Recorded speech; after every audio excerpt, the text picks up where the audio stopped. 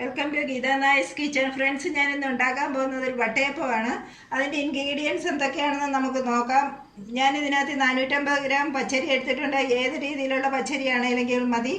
പിന്നെ 500 ഗ്രാം തേങ്ങ തിരിങ്ങിയത് എടുത്തിട്ടുണ്ട്.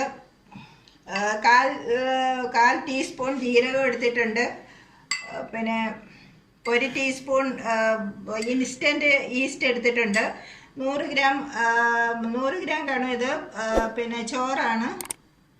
പിന്നെ ഞാൻ ഇതിൽ കൂടെ എടുത്തിട്ടുള്ളതെന്ന് പറഞ്ഞിട്ടുണ്ടെങ്കിൽ ഈ തേങ്ങ പൊട്ടിച്ച വെള്ളം എടുത്തിട്ടുണ്ട്. വെള്ളം വളരെ കുറവായിരുന്നു, എന്നാലും ഒരു 100 ml ഉണ്ട് ഈ വെള്ളം. നിങ്ങളൊരു 150 ml വരെ ചേർക്കാം.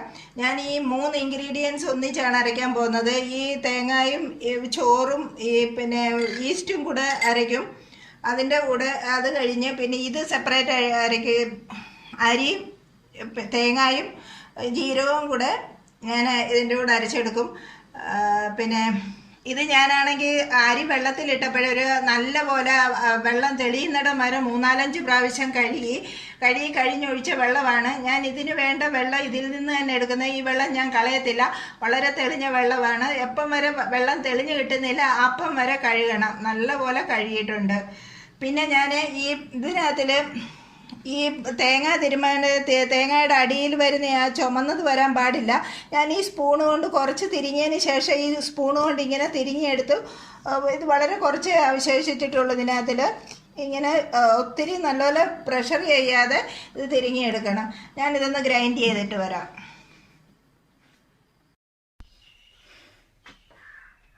ഫ്രണ്ട്സ്, നമ്മുടെ ഇത് 8 മണിക്കൂർ കഴിഞ്ഞ് നല്ലപോലെ പൊങ്ങിയിട്ടുണ്ട്. മാവ് നല്ലപോലെ പൊങ്ങി ഇവിടം വരെ വന്നിട്ടുണ്ടായിരുന്നു. ഞാൻ ഇങ്ങനെ എടുത്ത് അതിനകത്തിലിട്ടതാ.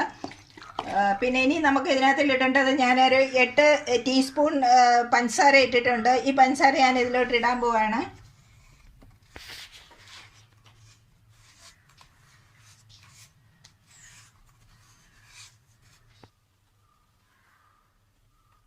ഇനി നമുക്ക് ഉപ്പിടാം.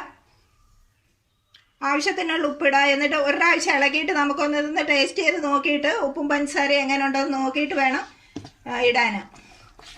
ഇത് കഴിഞ്ഞ് ഒരു 10 മിനിറ്റ് കഴിഞ്ഞ് നമുക്ക് ഉണ്ടാക്കാൻ തുടങ്ങിയാൽ മതി. എന്താണെന്ന് വെച്ചാൽ പഞ്ചസാര ഇട്ട് കഴിയുമ്പോൾ മാവ് ശകലം പിന്നെ ലൂസാകും. അതുകൊണ്ട് ഒരു 10 മിനിറ്റ് കഴിഞ്ഞിട്ട് ഉണ്ടാക്കിയാൽ മതി.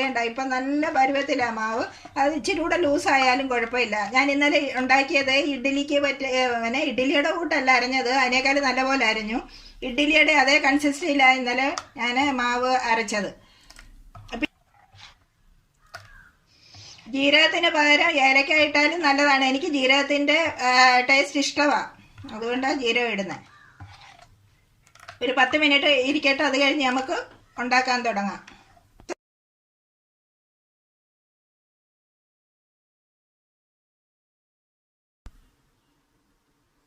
ഫ്രണ്ട്സ്, 10 മിനിറ്റ് കഴിഞ്ഞു.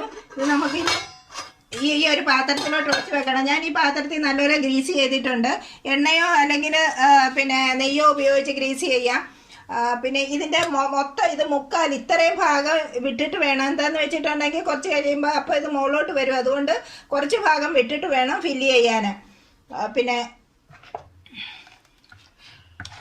ഇത് നോൺ വെജിൻ്റെ കൂടെ നിങ്ങൾ കഴിക്കുന്നതെന്നുണ്ടെങ്കിൽ പഞ്ചസാര ഇടേണ്ട കാര്യമില്ല. അല്ല, നോൺ വെജിലല്ലാതെ കഴിക്കുവാണെങ്കിൽ പഞ്ചസാര ഇട്ടാൽ മതി. നമുക്കിനി ഇത് അടുപ്പത്ത് വെക്കാം. ഫ്രണ്ട്സ്, ഞാൻ എൻ്റെ ഇഡ്ഡലി കുടത്തിലാണ് ഞാൻ ഉണ്ടാക്കുന്നത്. ഇതിനകത്ത് ഹോളുള്ള ഒരു പാത്രമില്ലേ, അത് തിരിച്ചു വെച്ചിട്ട് അതിലാണ് പ്ലേറ്റ് വെക്കുന്നത്. ഇതിലോട്ട് നമുക്ക് മാവ് ഒഴിച്ചു കൊടുക്കാം.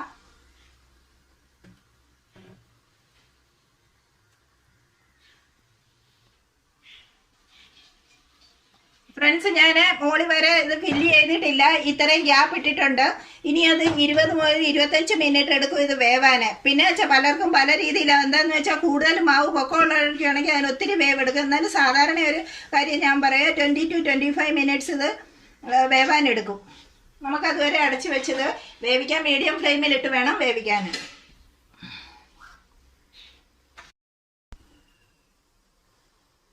ഫ്രണ്ട്സ്, ഇത് വെച്ചിട്ട് 20 മിനിറ്റായി. നമുക്ക് വെന്തോ ഇല്ലയെന്ന് നോക്കാം.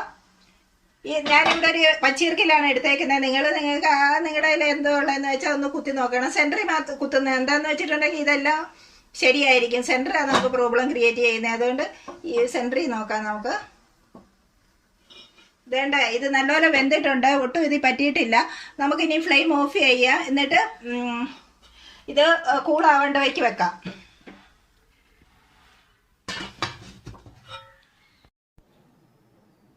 ഫ്രണ്ട്സ്, നമ്മുടെ ഇത് തണുത്ത് കഴിഞ്ഞു. നല്ല സോഫ്റ്റ് വട്ടയപ്പം നമുക്ക് കിട്ടിയിട്ടുണ്ട്. ബാക്കിയുള്ള മാവ് ഞാനാണെങ്കിൽ ഇതുപോലുള്ള ഒരു ബൗളിലാണ് നിറച്ചിതുണ്ടാക്കിയത്. ഇതേണ്ട, ഇതിലെ ഹെയർ ഹോൾസ് നോക്കിക്കാൻ നിങ്ങളെ കാണിക്കേണ്ട വയ്ക്ക് ഞാനത് കട്ട് ചെയ്ത് വെച്ചേക്കാണ്. ഇതേണ്ട, കണ്ടില്ലേ എത്രയോ നല്ലപോലെ സോഫ്റ്റായി. ഇതിനൊരു പിന്നെ കപ്പി കാച്ചുണ്ട്, അല്ലാതെ ഒരു കാര്യമില്ല. പിന്നെ നമ്മൾ തേങ്ങാ വെള്ളം ഒഴിച്ചതിൻ്റെ ഒരു പ്രത്യേക ടേസ്റ്റ് ഉണ്ട്. നിങ്ങൾ തീർച്ചയായിട്ടും ഉണ്ടാക്കി നോക്കണം. എന്ന് ഞാൻ പറയുന്ന പോലെ സബ്സ്ക്രൈബ് ചെയ്യാനും ലൈക്ക് ചെയ്യാനും ഷെയർ ചെയ്യാനും മറക്കരുത്. ഇത് വേവാൻ എനിക്കൊരു 30 മിനിറ്റ് കൂടുതൽ എടുത്തു. എന്താണെന്ന് വെച്ചിട്ടുണ്ടെങ്കിൽ ഇത് ഇങ്ങനെയുള്ള പാത്രമായതുകൊണ്ട് നല്ലപോലെ മാവ് ഇതിനകത്ത് വന്നു, അതുകൊണ്ട് കൂടുതൽ സമയം എടുത്തു. ഇത് 20 മിനിറ്റ് എടുത്തുള്ളായിരുന്നു. ഇത് കൂടുതൽ സമയം എടുത്തു. ഞാൻ നേരത്തെ തന്നെ പറഞ്ഞില്ലേ, കൂടുതൽ മാവ് അനുസരിച്ച് കൂടുതൽ സമയം എടുക്കും.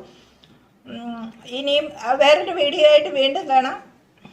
Thank you for watching.